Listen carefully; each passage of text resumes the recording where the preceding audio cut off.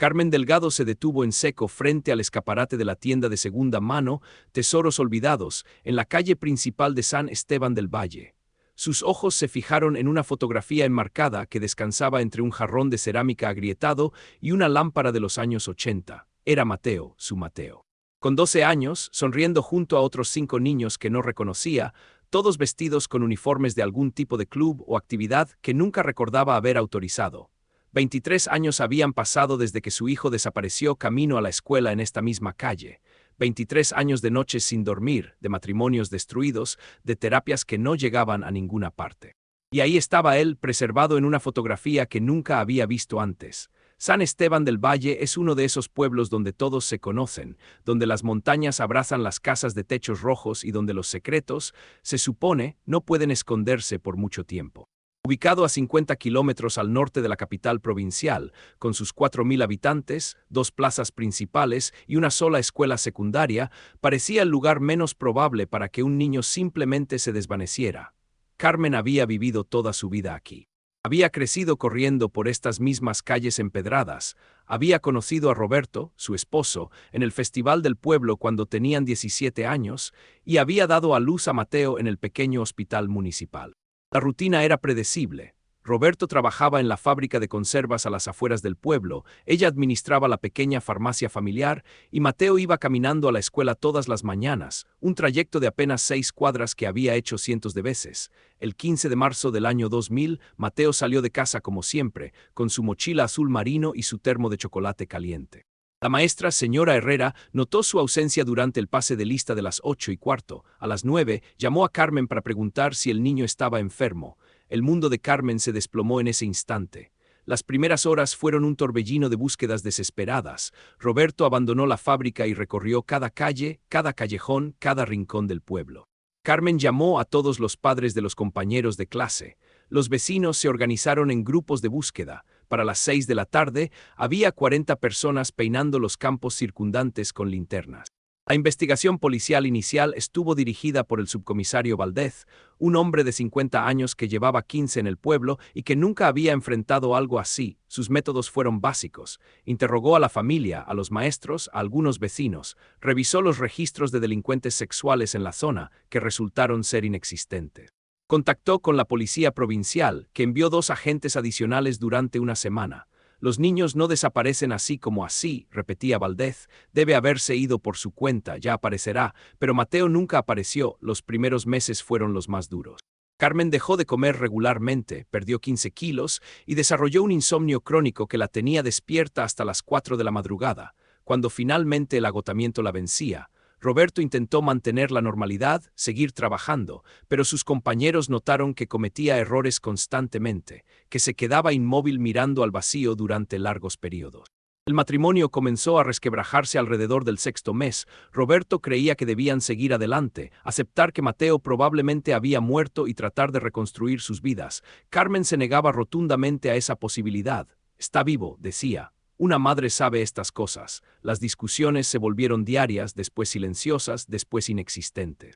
Para el 2.º año, Roberto había comenzado a beber. No de manera escandalosa, no era un alcohólico, pero llegaba a casa cada noche con el aliento dulzón del vino tinto y se quedaba dormido en el sillón viendo televisión. Carmen había transformado el cuarto de Mateo en una especie de santuario, manteniendo todo exactamente como él lo había dejado. La cama sin hacer, los libros de 5º grado abiertos en la mesa, la colección de soldaditos de plomo ordenada en filas perfectas. Los años pasaron con la pesadez de la melaza. Roberto y Carmen se divorciaron cuando se cumplieron 5 años de la desaparición. No hubo drama, no hubo gritos. Simplemente firmaron los papeles con la misma resignación con la que uno acepta una enfermedad terminal. Roberto se mudó a la capital provincial, donde consiguió trabajo en otra fábrica. Carmen se quedó en San Esteban del Valle, en la misma casa, dirigiendo la misma farmacia, viviendo la misma rutina que se había vuelto un mecanismo de supervivencia. Cada 15 de marzo, el aniversario de la desaparición, Carmen caminaba la ruta que Mateo había tomado esa última mañana. Salía de casa a las 7:40, exactamente la misma hora que él había salido, y recorría las 6 cuadras hasta la escuela, cronometrando cada paso, buscando algo que hubiera pasado por alto, algún detalle que pudiera explicar lo inexplicable. Durante estos 23 años, hubo momentos de esperanza. Una llamada telefónica a medianoche de alguien que aseguraba haber visto a un adolescente que se parecía a Mateo en una estación de autobuses a 200 kilómetros de distancia. Una carta anónima que llegó al 10º aniversario, con letra infantil, que decía: «Estoy bien, mamá, no me busques más». Carmen viajó a esa estación de autobuses, mostró fotografías a cada empleado, a cada comerciante cercano. Nadie había visto a su hijo. La carta resultó ser una broma cruel de algún desconocido. Los habitantes de San Esteban del Valle habían desarrollado sus propias teorías a lo largo de los años. La más popular era que Mateo había sido secuestrado por algún traficante de personas que pasaba por la zona, que lo habían llevado lejos, quizás a otro país. Otros creían que había sido víctima de algún psicópata que estaba de paso por el pueblo. Los más creativos hablaban de redes de pedófilos internacionales que cazaban niños en pueblos pequeños porque sabían que las investigaciones serían menos exhaustivas. Carmen había escuchado todas estas teorías, había investigado por su cuenta cada pista, cada rumor, cada susurro. Había contactado con organizaciones de niños desaparecidos, había puesto carteles en toda la provincia, había aparecido en programas de televisión locales rogando información. Nada había funcionado. Con el tiempo, el dolor se había vuelto más manejable, como una herida que cicatriza pero nunca deja de doler cuando llueve. Carmen había aprendido a vivir con él, había desarrollado rutinas que le permitían funcionar. Levantarse a las 6, abrir la farmacia a las 8, almorzar sola viendo las noticias, cerrar a las 7, cenar frente a la televisión, leer un poco antes de dormir. Los fines de semana visitaba la tumba vacía que habían puesto en el cementerio, aunque no contenía nada más que esperanza y tierra. La gente del pueblo había sido comprensiva al principio, después tolerante, después indiferente. 23 años es mucho tiempo para mantener la compasión activa. Carmen se había vuelto una especie de reliquia viviente del pueblo, la mujer que había perdido a su hijo, la que nunca se había recuperado completamente. Los más jóvenes la conocían solo por esa tragedia, sin saber que antes había sido una mujer alegre que organizaba obras de teatro escolares y que preparaba el mejor pastel de chocolate de toda la región. Esa mañana de octubre, Carmen había salido de casa sin ningún plan específico. Era sábado, la farmacia estaba cerrada y había decidido caminar un poco por el centro del pueblo. No había pensado en entrar a Tesoros Olvidados, pero la dueña, María Elena Ruiz, estaba acomodando el escaparate y la había saludado con la mano. María Elena era una mujer de 60 años que había abierto la tienda 5 años atrás. Cuando se jubiló de su trabajo como secretaria en la municipalidad, compraba objetos en remates de herencias, casas que se vaciaban, familias que se mudaban. Su tienda era un museo accidental del pueblo, lleno de fotografías, muebles, libros y recuerdos de gente que ya no estaba o que había decidido empezar de nuevo en otro lugar. «¿Cómo está, señora Carmen?», había preguntado María Elena cuando ella se acercó al escaparate. «Bien, María Elena, ¿y usted?». «Aquí, ordenando estas cosas nuevas que me trajeron ayer». La familia Morales se mudó a Buenos Aires y me dejaron varias cajas de cosas que no querían llevarse. Carmen asintió distraídamente, pero entonces sus ojos se fijaron en la fotografía. Era pequeña, de 10 por 15 centímetros, en un marco dorado algo oxidado. Al principio pensó que era una ilusión, que su mente le estaba jugando una mala pasada después de tantos años de ver el rostro de Mateo en cada niño que se le parecía remotamente. Pero no era una ilusión, era definitivamente Mateo. Con manos temblorosas, Carmen tocó el cristal del escaparate. «María Elena», susurró, «esa fotografía, ¿de dónde salió?». María Elena siguió la dirección de su mirada y frunció el ceño.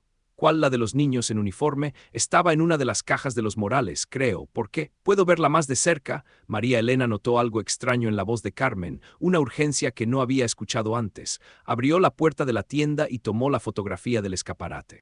Carmen la sostuvo con ambas manos y las lágrimas comenzaron a rodar por sus mejillas antes de que pudiera controlarlas. Era Mateo, sin ninguna duda. Su cara era exactamente como la recordaba el día que desapareció. El mismo corte de pelo, la misma sonrisa tímida, incluso tenía un pequeño rasguño en la barbilla que se había hecho jugando fútbol unos días antes. Pero había algo más perturbador en la imagen. Mateo llevaba un uniforme que nunca había visto. Una camiseta azul marino con un logo que no reconocía, shorts del mismo color y una gorra que decía algo que no alcanzaba a leer en la fotografía. Los otros 5 niños en la imagen también llevaban el mismo uniforme. Parecían estar en algún tipo de campo o patio, con árboles al fondo y lo que parecía ser parte de un edificio. ¿Reconoce a alguno de estos niños?, preguntó Carmen, intentando mantener la voz estable. María Elena tomó la fotografía y la estudió cuidadosamente. «No, la verdad que no, parecen ser de algún club deportivo o algo así, no, pero no me resultan familiares».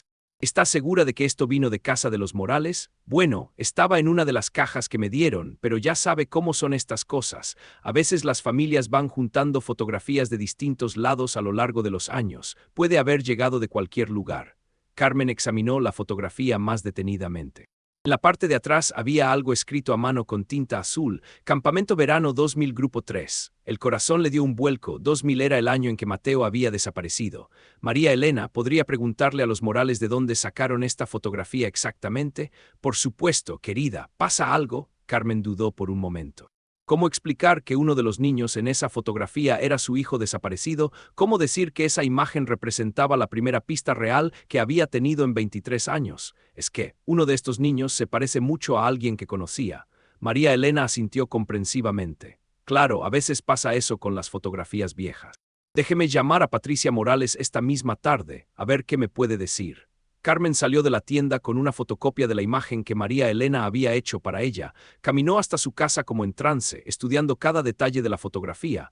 Los otros niños parecían tener entre 10 y 12 años, la misma edad de Mateo. Todos sonreían, pero había algo en sus expresiones que no conseguía identificar. No era exactamente felicidad. Era algo más forzado, más tenso. Esa noche Carmen llamó a Roberto. No habían hablado en más de un año, desde el último aniversario de la desaparición, cuando él había llamado para ver cómo estaba llevando el día. Roberto, necesito que vengas, le dijo sin preámbulos cuando él atendió el teléfono. Carmen, ¿qué pasó? ¿Estás bien? Encontré algo, una fotografía, es Mateo. Hubo un largo silencio del otro lado de la línea. Carmen, ya hemos pasado por esto antes, cada vez que crees ver a Mateo en alguna. No, lo interrumpió, esta vez es diferente, es él, Roberto, es realmente él. Roberto llegó al pueblo a las 11 de la noche. Carmen lo estaba esperando en la puerta de la casa con la fotografía en las manos.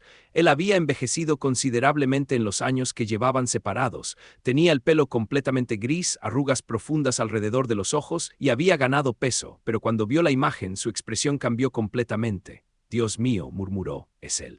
Se quedaron despiertos hasta las 4 de la madrugada, estudiando la fotografía, hablando de lo que podía significar, de qué pasos debían tomar. Roberto había traído una lupa de su trabajo y examinaron cada centímetro de la imagen buscando más pistas. El logo en el uniforme era circular, con algo que parecía ser un árbol en el centro y texto alrededor que no conseguían leer claramente. El edificio al fondo parecía ser de ladrillo rojo, con ventanas grandes y lo que podría ser una bandera en un mástil. El patio o campo donde estaban los niños tenía césped bien cortado y lo que parecían ser líneas marcadas, como si fuera algún tipo de cancha deportiva. Campamento Verano 2000, leyó Roberto por quinta vez. Mateo desapareció en marzo. Si esto es del verano del 2000, significa que estuvo vivo al menos hasta diciembre. Carmen asintió, sintiendo una mezcla de esperanza y terror que no había experimentado en años. Pero, ¿qué tipo de campamento y por qué nunca nos dijeron nada? ¿Por qué no había ningún registro de esto en la investigación? Roberto se frotó los ojos, cansado pero alerta. Mañana hablamos con Valdés. Debe estar jubilado ya, pero necesitamos ver los archivos originales de la investigación. Al día siguiente, domingo, fueron juntos a buscar al ex subcomisario Valdés. Vivía en una casa pequeña en las afueras del pueblo, con un jardín lleno de tomates y plantas de ají que cuidaba obsesivamente desde su jubilación 5 años atrás. Valdés los recibió con sorpresa. Era un hombre que había envejecido bien, todavía alto y fuerte a los 65 años, con un bigote gris perfectamente recortado. Carmen, Roberto, qué sorpresa verlos, ¿cómo están? Carmen le mostró la fotografía sin más preámbulos. ¿Alguna vez vio esto durante la investigación de Mateo? Valdés tomó la imagen y la estudió cuidadosamente, entrecerró los ojos, la acercó y la alejó de su cara. No, nunca había visto esta fotografía. ¿De dónde la sacaron? Roberto le explicó sobre la tienda de María Elena y la conexión con la familia Morales. Valdés escuchó atentamente, de vez en cuando haciendo preguntas específicas sobre fechas y detalles. Esto es muy extraño, admitió finalmente. En toda la investigación original nunca apareció ninguna referencia a un campamento. Interrogamos a los maestros, a los padres de sus compañeros, a todo el personal de la escuela. Nadie mencionó que Mateo estuviera participando en alguna actividad de este tipo. ¿Tiene alguna idea de qué podría ser este logo?, preguntó Carmen, señalando el emblema en el uniforme. Valdés negó con la cabeza. No lo reconozco, pero puedo hacer algunas llamadas, ver si alguno de mis contactos en la policía provincial sabe algo. Esa misma tarde, Valdés los llamó, su voz sonaba preocupada. Hablé con el detective Ramírez de la División de Personas Desaparecidas. Le describí la fotografía y me dijo algo interesante. Aparentemente, han estado investigando una serie de desapariciones de niños en pueblos pequeños de la provincia desde finales de los 90. Casos similares al de Mateo, niños que desaparecen camino a la escuela o mientras juegan cerca de sus casas, sin testigos, sin pistas. Carmen sintió que se le helaba la sangre. ¿Cuántos casos? Según Ramírez, al menos 15 en los últimos 25 años, todos en pueblos de menos de 5.000 habitantes, todos niños entre 9 y 12 años. Roberto tomó la mano de Carmen, que más dijo.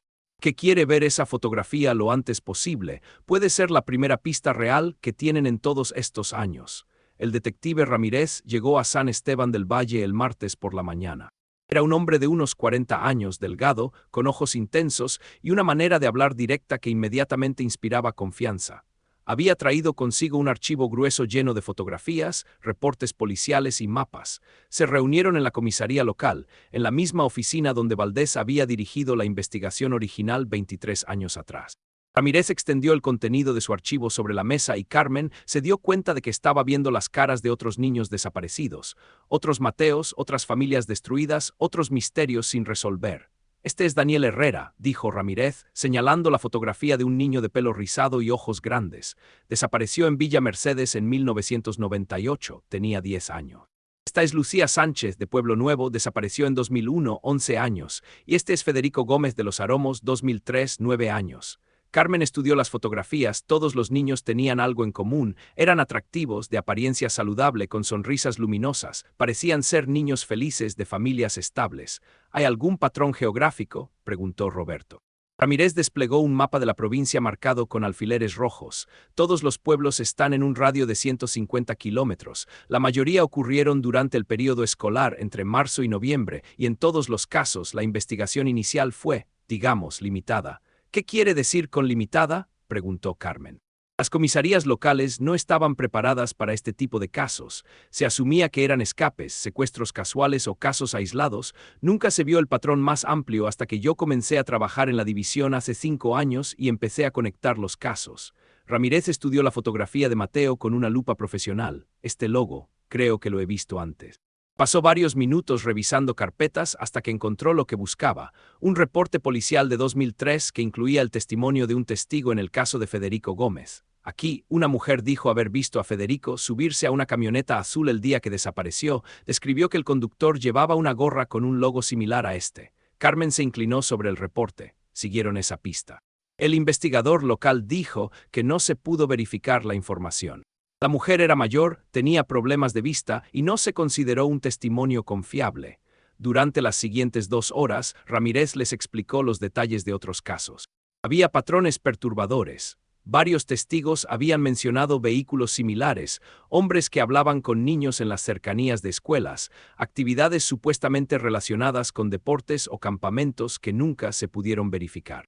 Lo que más me preocupa, dijo Ramírez, es que en varios casos, familiares mencionaron que sus hijos habían hablado de nuevos amigos adultos en las semanas previas a su desaparición, hombres que supuestamente dirigían actividades deportivas o clubes juveniles. ¿Mateo mencionó algo así?, le preguntó Roberto a Carmen. Carmen pensó cuidadosamente.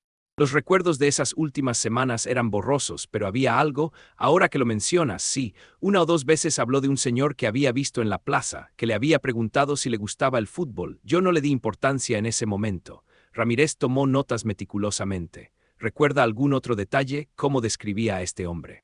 Dijo que era amable, que tenía una camioneta bonita, que le había hablado de un equipo de fútbol para niños de su edad. El detective intercambió una mirada significativa con Valdés. Eso coincide con varios otros testimonios. Siempre es un hombre amable, siempre tiene que ver con deportes y siempre hay una camioneta involucrada.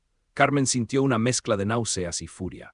Está diciéndome que alguien estuvo preparando a Mateo durante semanas y que yo no hice nada para protegerlo. Señora, usted no podía saber, dijo Ramírez con gentileza. Estas personas son expertas en manipulación, saben exactamente cómo ganarse la confianza de los niños y cómo pasar desapercibidos para los padres. Decidieron que el próximo paso era hablar con Patricia Morales para rastrear el origen exacto de la fotografía. Ramírez quería saber exactamente cómo había llegado esa imagen a sus manos, de dónde la habían sacado originalmente. Patricia Morales vivía ahora en Buenos Aires, pero atendió el teléfono cuando María Elena la llamó esa misma tarde. Su conversación fue breve pero reveladora. La fotografía no había pertenecido a su familia. La había encontrado entre las cosas que habían comprado en un remate de la herencia de don Esteban Carrasco, el antiguo dueño de la ferretería del pueblo, que había muerto el año anterior. Don Esteban había sido una figura respetada en San Esteban del Valle durante más de 30 años. Era un hombre soltero, sin hijos, que había dirigido el negocio familiar después de la muerte de sus padres. Era conocido por su generosidad. Frecuentemente donaba materiales para reparaciones en la escuela, patrocinaba el equipo de fútbol juvenil local y todos los diciembres organizaba una fiesta navideña para los niños del pueblo en el patio trasero de su ferretería. Carmen recordaba a don Esteban vagamente. Era un hombre alto, de unos 60 años cuando murió, siempre vestido con overol de trabajo y una sonrisa amable. Mateo lo conocía porque a veces lo acompañaba cuando ella necesitaba comprar algo en la ferretería. Don Esteban era como un abuelo para todos los niños del pueblo, le dijo María Elena a Carmen cuando se encontraron esa tarde. Siempre tenía caramelos en el mostrador, siempre preguntaba por las notas en la escuela, era una persona muy querida. Ramírez quería inspeccionar la propiedad de don Esteban inmediatamente. La ferretería había cerrado después de su muerte, y la casa donde vivía, situada detrás del negocio, estaba siendo administrada por un abogado mientras se resolvían los trámites de la herencia, el abogado, Dr. Martín Vega accedió a mostrarles la propiedad al día siguiente. Era un hombre nervioso, de unos 50 años, que no paraba de disculparse por el estado de abandono del lugar. Don Esteban era muy reservado, explicó mientras abría la puerta principal de la casa. Nunca permitía que nadie entrara a limpiar o hacer reparaciones, decía que él se las arreglaba solo.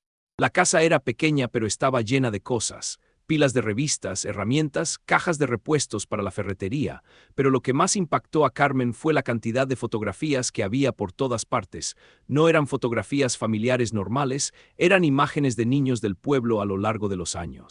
Cientos de ellas, algunas enmarcadas, otras pegadas a las paredes, muchas sueltas en cajas. ¿Don Esteban era fotógrafo?, preguntó Ramírez. No que yo sepa, respondió el abogado.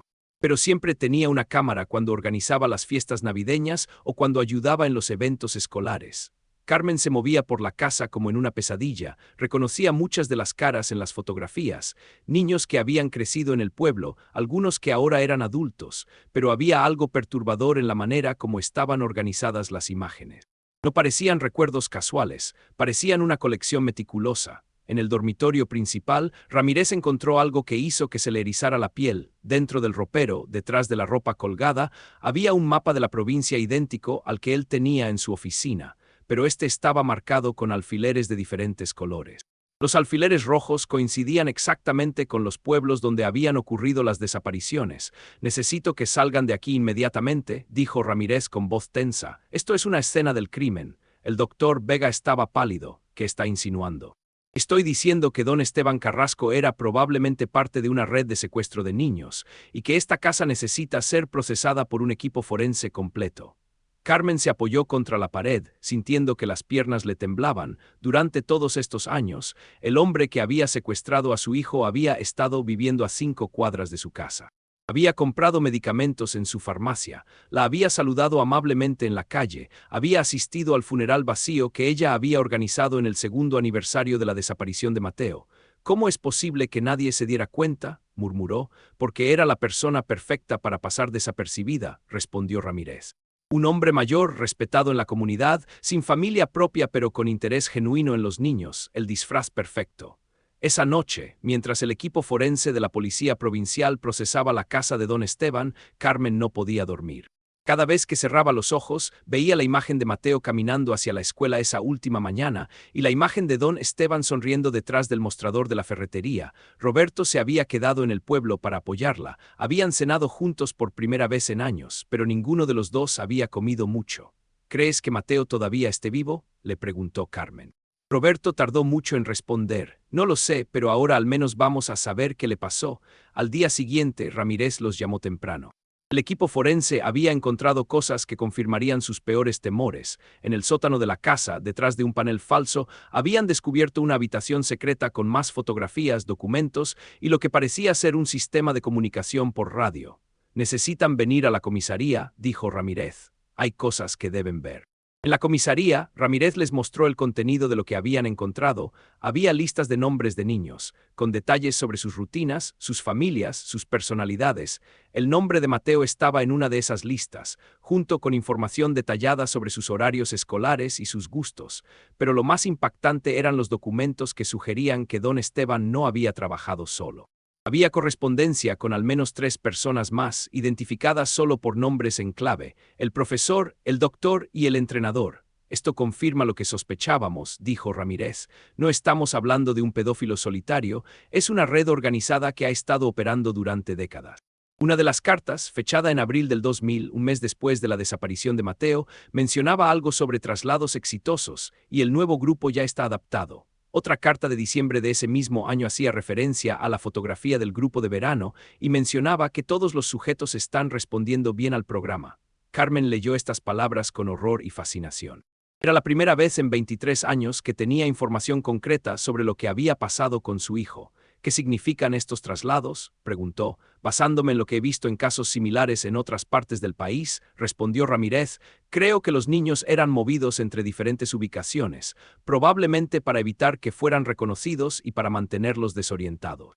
Roberto estudiaba un mapa que habían encontrado entre los documentos. Tenía varios puntos marcados, algunos en la provincia, otros en provincias vecinas. ¿Cree que estos puntos indican dónde llevaban a los niños? Es posible. Vamos a investigar cada una de estas ubicaciones. Durante las siguientes semanas, la investigación se intensificó dramáticamente.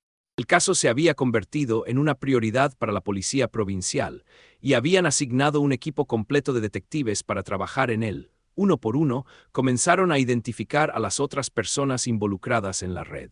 El profesor resultó ser Martín Lescano, un maestro jubilado que había trabajado en varias escuelas rurales de la provincia durante 30 años. El doctor era Francisco Mendoza, un pediatra retirado que había dirigido la única clínica privada de una ciudad cercana. El entrenador era Carlos Ruiz, quien había administrado varios campamentos de verano y clubes deportivos para jóvenes a lo largo de los años. Todos ellos eran hombres respetados en sus comunidades, con reputaciones impecables y sin antecedentes criminales. Todos habían tenido acceso regular y aceptado a niños durante décadas. Carmen se dio cuenta de que conocía a por lo menos 2 de ellos, el doctor Mendoza había sido el pediatra de Mateo hasta que cumplió 8 años. Cuando ella había decidido cambiar a un médico más joven en el pueblo, Martín Lescano había sido maestro suplente en la escuela de Mateo ocasionalmente. Ellos conocían a mi hijo, le dijo a Ramírez con voz temblorosa. Sabían exactamente cómo acercarse a él, qué decirle para ganarse su confianza. La red había sido más sofisticada de lo que nadie había imaginado. Tenían un sistema de comunicación elaborado, métodos establecidos para identificar y seleccionar víctimas, y una red de propiedades donde mantener a los niños secuestrados. Uno de los puntos marcados en el mapa llevó a los investigadores a una granja abandonada a 80 kilómetros de San Esteban del Valle. La propiedad había pertenecido a Carlos Ruiz, quien oficialmente la había vendido en 2005, pero aparentemente había mantenido acceso a ella.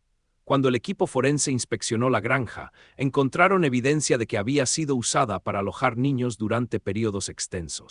Había dormitorios con múltiples camas, baños modificados para ser usados por menores y lo que parecía ser un aula improvisada, pero lo más escalofriante fue el descubrimiento en el sótano de la casa principal.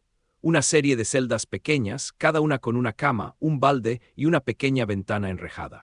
Las paredes estaban cubiertas de mensajes escritos por niños, nombres, fechas, mensajes desesperados a sus familias. Carmen insistió en ver el lugar, aunque Ramírez intentó disuadirla. No es algo que deba ver, le advirtió. Es algo que necesito ver, respondió ella. Cuando bajó al sótano y vio las celdas, Carmen sintió que se le rompía algo adentro que no sabía que todavía podía romperse. En una de las paredes, escrito con lo que parecía ser un clavo, estaba el nombre Mateo junto con la fecha marzo 2000. Debajo del nombre, con la misma letra infantil, estaba escrito, «Mamá, ven por mí». Carmen se desplomó en el suelo de cemento frío, sollozando de una manera que no había llorado ni siquiera el día que Mateo desapareció. Roberto la abrazó y ambos permanecieron así durante largos minutos mientras los investigadores trabajaban silenciosamente a su alrededor. «Estuvo aquí», susurró Carmen, «estuvo aquí pidiendo que viniera por él y yo no sabía dónde buscarlo». Los mensajes en las paredes contaban una historia horrible. Había nombres de al menos 12 niños diferentes, algunos que reconocían de la lista de desaparecidos, otros que eran completamente nuevos. Las fechas abarcaban desde 1995 hasta 2010. Uno de los mensajes, escrito con marcador rojo, decía: "Nos llevan lejos cuando crecemos". Otro decía: "El doctor dice que nuestras familias no nos quieren más". Ramírez fotografió meticulosamente cada mensaje antes de explicar lo que creía que había pasado. Basándome en la evidencia, parece que los niños eran traídos aquí inicialmente, mantenidos por periodos de tiempo variables y después trasladados a otras ubicaciones cuando se volvían problemáticos o cuando crecían demasiado. ¿Trasladados a dónde?, preguntó Roberto. Eso es lo que estamos tratando de averiguar.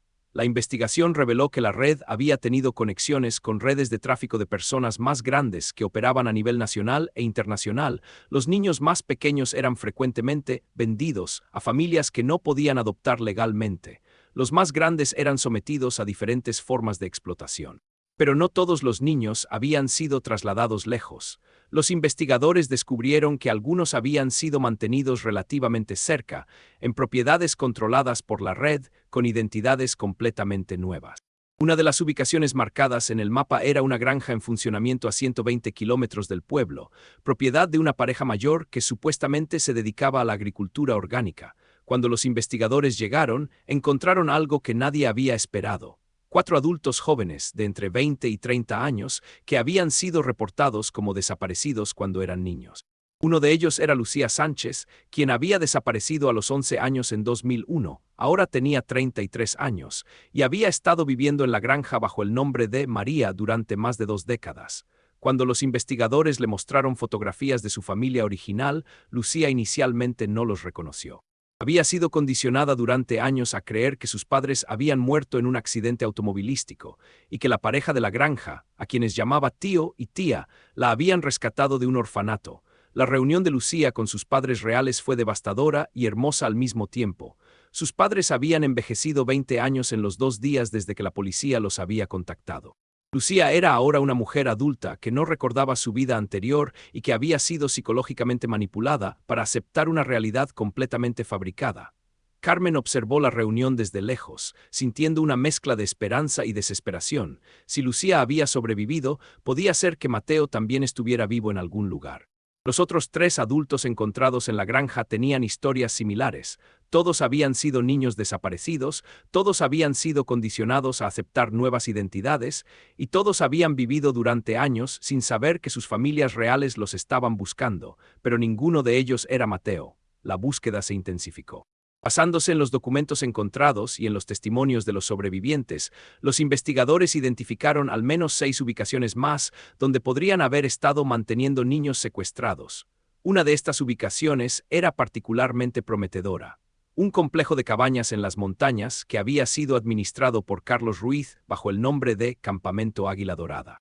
Los documentos indicaban que había estado en funcionamiento desde 1998 hasta 2015, oficialmente como un campamento de verano para niños de familias de bajos recursos. Carmen reconoció inmediatamente el nombre cuando Ramírez se lo mencionó. Campamento Águila Dorada, repitió. Ese era el logo en el uniforme de la fotografía. Efectivamente, cuando compararon el logo del campamento con el emblema en la fotografía de Mateo, eran idénticos. El campamento estaba ubicado en una zona remota de las montañas, accesible solo por un camino de tierra que serpenteaba durante 20 kilómetros desde la carretera principal. Había sido cerrado oficialmente en 2015 después de la muerte de Carlos Ruiz, pero los investigadores sospechaban que había seguido siendo usado por otros miembros de la red. Cuando llegaron al lugar, encontraron un complejo de 8 cabañas distribuidas alrededor de un edificio principal que servía como comedor y sala de actividades. Las instalaciones parecían normales a primera vista. Tenían canchas deportivas, un lago pequeño, senderos para caminatas, pero una inspección más detallada reveló modificaciones perturbadoras. Las ventanas de las cabañas tenían rejas disimuladas, había cámaras de seguridad escondidas por todo el complejo. El edificio principal tenía un sistema de comunicación por radio de largo alcance. En la oficina del director, encontraron archivos con información detallada sobre cientos de niños que habían pasado por el campamento a lo largo de los años. Algunos eran genuinamente huérfanos o niños de familias problemáticas que habían sido enviados al campamento por servicios sociales legítimos. Otros eran los niños secuestrados. El archivo de Mateo estaba ahí, con fotografías tomadas durante su tiempo en el campamento. Carmen las vio con el corazón destrozado. Su hijo había crecido. En las imágenes más recientes, que databan de 2005, Mateo tenía 17 años. Era reconociblemente su hijo, pero se había convertido en un joven alto y delgado que ya no sonreía en las fotografías.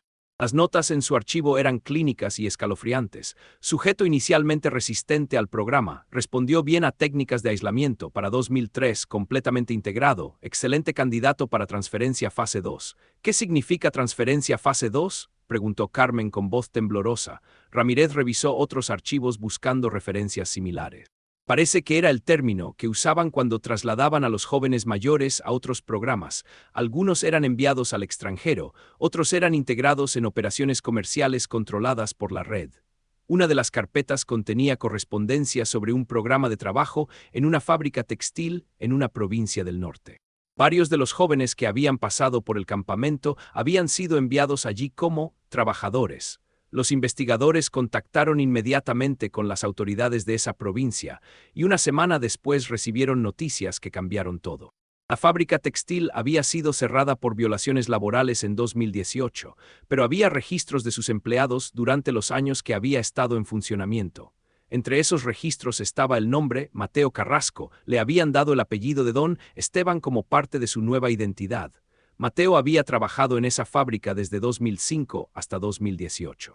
Según los registros, había vivido en un dormitorio para trabajadores en las instalaciones de la fábrica. Cuando la fábrica cerró, él y otros trabajadores habían sido trasladados a diferentes empleos en la región. Carmen no podía procesar la información. Su hijo había estado vivo durante todos estos años, trabajando en una fábrica, viviendo una vida que ella no podía ni imaginar. ¿Dónde está ahora? Preguntó. Estamos tratando de rastrearlo, respondió Ramírez. Los registros indican que fue trasladado a una granja avícola cerca de la ciudad de Mendoza. Tenemos un equipo yendo hacia allá ahora mismo. Las siguientes 24 horas fueron las más largas de la vida de Carmen. Cada vez que sonaba el teléfono, sentía que el corazón se le salía del pecho. Roberto había cancelado su trabajo y se había quedado con ella, esperando noticias. Finalmente Ramírez llamó. Lo encontramos, dijo simplemente. Carmen se sentó pesadamente en una silla, temblando. ¿Está bien? Está vivo, está físicamente bien, pero Carmen, han pasado 23 años. Él no sabe quién es realmente, no recuerda su vida anterior. Para él, usted y Roberto son desconocidos. A pesar de la advertencia, Carmen insistió en viajar inmediatamente a Mendoza para ver a su hijo. Roberto condujo mientras ella permanecía en silencio, tratando de prepararse mentalmente para lo que se iba a encontrar. Mateo estaba siendo mantenido en un hospital psiquiátrico para evaluación cuando llegaron. Los médicos les explicaron que había sido severamente traumatizado y condicionado durante décadas. Su personalidad había sido completamente reformada. No tenía recuerdos de su infancia antes de los 12 años. Cuando Carmen lo vio por primera vez, casi no lo reconoció. Mateo tenía ahora 35 años, era un hombre alto y delgado con pelo castaño grisáceo y ojos que habían perdido toda la alegría que recordaba. Parecía confundido y asustado. ¿Usted dice que es mi madre?, le preguntó con una voz que ella reconoció pero que sonaba extraña después de tantos años.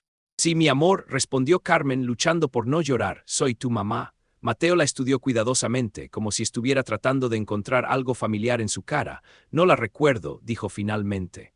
Los doctores dicen que ustedes me estuvieron buscando, pero yo no recuerdo haber tenido una familia antes. Los psicólogos le explicaron a Carmen que la recuperación sería un proceso muy largo y difícil. Mateo había sido sistemáticamente condicionado para olvidar su vida anterior y para aceptar la nueva realidad que le habían impuesto. Revertir ese proceso podría tomar años, y no había garantía de que alguna vez recuperara completamente sus recuerdos de la infancia. Durante las siguientes semanas, Carmen visitó a Mateo todos los días. Al principio, él la trataba como a una extraña amable pero sin ninguna conexión emocional, pero gradualmente comenzó a relajarse en su presencia. Un día, mientras Carmen le mostraba fotografías de cuando era niño, Mateo se detuvo en una imagen de él jugando con un perro en el patio de su casa. Tengo una sensación extraña cuando veo esta foto, dijo, como si hubiera soñado algo similar. Era tu perro, le explicó Carmen, se llamaba Capitán, lo adorabas. Mateo siguió estudiando la fotografía durante largos minutos. Creo que recuerdo algo sobre un perro, murmuró finalmente. Fue el primer pequeño avance en un proceso que los médicos habían advertido que sería extremadamente lento. Mientras Carmen trabajaba en reconstruir la relación con su hijo, los investigadores continuaron desmantelando el resto de la red criminal. En total, arrestaron a 17 personas en 5 provincias diferentes. La red había estado operando durante más de 25 años y había afectado a más de 80 niños. Algunos de los niños, como Mateo y Lucía, fueron encontrados vivos. Otros habían sido vendidos a familias adoptivas ilegales y estaban viviendo vidas aparentemente normales sin saber su verdadera historia. Muchos otros nunca fueron encontrados. Don Esteban Carrasco había muerto antes de que pudiera ser arrestado, pero los investigadores descubrieron que había sido el coordinador regional de una operación mucho más grande. Sus funerales habían sido multitudinarios, con todo el pueblo de San Esteban del Valle llorando la pérdida de un hombre bueno que había dedicado su vida a ayudar a los niños de la comunidad. Carmen tuvo que enfrentar el hecho de que durante años había comprado suministros médicos del hombre que había secuestrado a su hijo, que había conversado amablemente con él en la calle, que había donado dinero para las flores de su funeral. ¿Cómo no me di cuenta?, se preguntaba constantemente. ¿Cómo pude estar tan ciega? Porque él era un experto en manipulación, le explicaba Ramírez. Estas personas dedican décadas a perfeccionar sus disfraces, saben exactamente cómo comportarse para ganarse la confianza de la comunidad. El juicio se llevó a cabo 2 años después. Carmen asistió a cada día de las audiencias, sentada en primera fila, mirando directamente a los hombres que habían destruido tantas vidas. Algunos de los acusados parecían completamente normales. Abuelos amables, profesionales respetados, pilares de sus comunidades. Martín Lescano, el profesor, fue particularmente impactante. Durante su testimonio, describió el programa de condicionamiento psicológico que habían usado con los niños con la misma tranquilidad con la que habría descrito una lección de matemáticas. Era necesario, explicó, romper completamente sus conexiones emocionales previas para poder integrarlos exitosamente en sus nuevos roles. Carmen tuvo que salir de la sala de audiencias varias veces durante su testimonio. Francisco Mendoza, el doctor, había sido responsable de mantener a los niños sedados durante los traslados y de proporcionar atención médica para asegurar que permanecieran saludables durante su cautiverio. Su testimonio reveló detalles sobre cómo habían manipulado los registros médicos para crear nuevas identidades para los niños secuestrados. Carlos Ruiz, el entrenador, había muerto de un ataque cardíaco poco después de ser arrestado, pero su testimonio pregrabado reveló la escala completa de la operación. El campamento había sido solo una parte de una red que incluía múltiples ubicaciones en todo el país, conectadas con operaciones similares en otros países de América Latina. Al final del juicio, todos los acusados supervivientes fueron condenados a cadena perpetua, pero para Carmen, ninguna sentencia podía devolver los 23 años que había perdido con su hijo o reparar el daño psicológico que le habían hecho. Mateo continuó viviendo en una institución especializada mientras trabajaba con psicólogos para recuperar su identidad. Los progresos eran lentos pero constantes. Había comenzado a recordar fragmentos de su infancia, el sabor del chocolate caliente que Carmen le preparaba por las mañanas, la sensación de correr por el patio de su casa, la voz de Roberto leyéndole cuentos antes de dormir. Es como armar un rompecabezas, le explicó a Carmen durante una de sus visitas. Algunos pedazos encajan, otros no. Y no sé si alguna vez voy a poder ver la imagen completa. Carmen había aprendido a ser paciente. Después de 23 años de no saber nada, cada pequeño progreso se sentía como un milagro. Un día, mientras miraban fotografías juntos, Mateo de repente dijo: «Mamá». No era la primera vez que la llamaba así, pero esta vez sonó diferente, más genuino, más conectado. «Sí, mi amor. Creo que empiezo a recordarte». Carmen sintió lágrimas corriendo por sus mejillas, pero esta vez eran lágrimas de alegría en lugar de dolor. «Yo nunca dejé de recordarte», le respondió. La investigación reveló que la red había operado durante décadas, con conexiones a nivel internacional. Habían movido niños entre países, habían falsificado documentos gubernamentales, habían corrompido oficiales locales y habían construido un imperio basado en la explotación de los más vulnerables, pero también reveló algo más: la increíble resistencia del espíritu humano. Niños que habían sufrido traumas inimaginables habían encontrado maneras de sobrevivir, de mantener algún núcleo de su identidad original, de esperar contra toda esperanza que algún día serían libres. Carmen se dio cuenta de que su historia no era única. Había docenas de otras madres y padres que habían vivido la misma pesadilla, que habían pasado décadas sin saber qué había pasado con sus hijos. Algunos habían tenido la suerte de encontrar a sus hijos vivos, otros nunca sabrían qué había pasado realmente.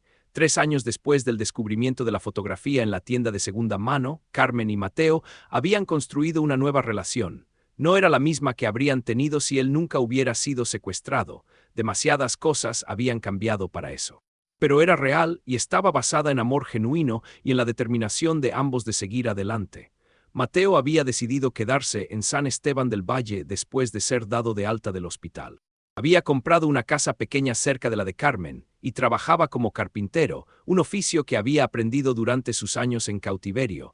Los vecinos lo trataban con una mezcla de curiosidad y compasión, pero él había aprendido a manejar la atención. A veces me preguntan qué recuerdo de todo eso, le dijo a Carmen durante una de sus cenas semanales juntos. Pero la verdad es que no quiero recordar todo, algunas cosas es mejor dejarlas enterradas. Carmen entendía. Ella misma había decidido no obsesionarse con los detalles de lo que había sufrido Mateo durante sus años de cautiverio. Lo importante era que estaba vivo, que estaba libre y que tenían la oportunidad de construir una relación nueva. Roberto también había regresado al pueblo después del juicio. Él y Carmen no habían vuelto a casarse, pero habían reconstruido una amistad sólida unida por su amor compartido por Mateo y por la experiencia común de haber sobrevivido a la pesadilla más grande que una familia puede enfrentar. Nunca va a ser como antes, le había dicho Roberto a Carmen. Pero quizás puede ser algo diferente, algo que también tenga valor. La tienda de segunda mano, Tesoros Olvidados, siguió funcionando, pero María Elena había cambiado su política sobre las fotografías. Ahora, cada vez que encontraba imágenes de niños entre las cosas que compraba, las llevaba directamente a la policía para verificar si podrían estar relacionadas con casos de personas desaparecidas. Uno nunca sabe, le había dicho a Carmen. Una fotografía puede cambiar todo. La historia de Mateo había recibido atención nacional, pero Carmen había elegido mantener la mayor privacidad posible. Había dado algunas entrevistas para crear conciencia sobre el tráfico de niños, pero principalmente quería que su familia pudiera sanar en paz. En el 5º aniversario del descubrimiento de la fotografía, Carmen organizó una pequeña ceremonia en el cementerio del pueblo. No era para celebrar, sino para honrar a todos los niños que habían sufrido, tanto los que habían sido encontrados como los que seguían desaparecidos. Mateo, Roberto y varias otras familias afectadas por la red asistieron. No hablaron mucho, simplemente estuvieron juntos, unidos por una experiencia que nadie más podía entender completamente. Después de la ceremonia, Mateo y Carmen caminaron juntos por las calles del pueblo. ¿Alguna vez te arrepientes de haber encontrado esa fotografía?, le preguntó Mateo. Carmen pensó cuidadosamente antes de responder. No, dijo finalmente, porque sin importar lo difícil que haya sido todo esto, al menos ahora sé la verdad y tengo a mi hijo de vuelta. Mateo asintió. A veces pienso en los otros niños de esa fotografía, dijo, los que nunca fueron encontrados. Me pregunto qué les pasó. Yo también, respondió Carmen, pero no podemos salvar a todo el mundo, solo podemos salvar a los que podemos salvar. Siguieron caminando en silencio, madre e hijo, unidos por un amor que había sobrevivido a décadas de separación, manipulación y trauma. No era el final feliz de un cuento de hadas, era algo más complejo y más real. Era la historia de una familia que había sido destrozada y que había encontrado una manera de reconstruirse, diferente pero fuerte. En la casa de Carmen, en una repisa especial, estaba enmarcada la fotografía que había cambiado todo. Mateo sonriendo junto a 5 otros niños en uniformes azules, en un campamento que había sido diseñado como una prisión disfrazada de diversión. Al lado de esa fotografía había otra, una imagen reciente de Mateo y Carmen juntos, ambos sonriendo genuinamente por primera vez en décadas. La primera fotografía representaba el horror y la pérdida, la segunda representaba la recuperación y la esperanza. Juntas contaban la historia completa. La demostración de que incluso en los casos más desesperanzadores, la verdad puede emerger, la justicia puede ser hecha, y las familias pueden encontrar el camino de vuelta hacia el amor. San Esteban del Valle nunca sería el mismo después de la revelación de lo que había estado pasando en sus calles durante décadas. Pero la comunidad había aprendido algo importante, que la vigilancia no es paranoia, que hacer preguntas difíciles no es impertinencia, y que proteger a los niños requiere más que solo buenas intenciones. La red había sido desmantelada, los perpetradores habían sido castigados y los sobrevivientes estaban en el camino hacia la recuperación. No era un final perfecto, pero era un final real, complejo, doloroso, pero finalmente esperanzador. Y en el centro de todo estaba la verdad simple pero poderosa que había sostenido a Carmen durante 23 años. El amor de una madre por su hijo puede sobrevivir a cualquier cosa, puede superar cualquier obstáculo y puede finalmente triunfar sobre incluso las fuerzas más oscuras del mundo. La fotografía había sido el comienzo, la reunión había sido el clímax. Pero la verdadera historia era lo que venía después. la lenta, difícil, pero finalmente exitosa reconstrucción de una familia que se había negado a darse por vencida.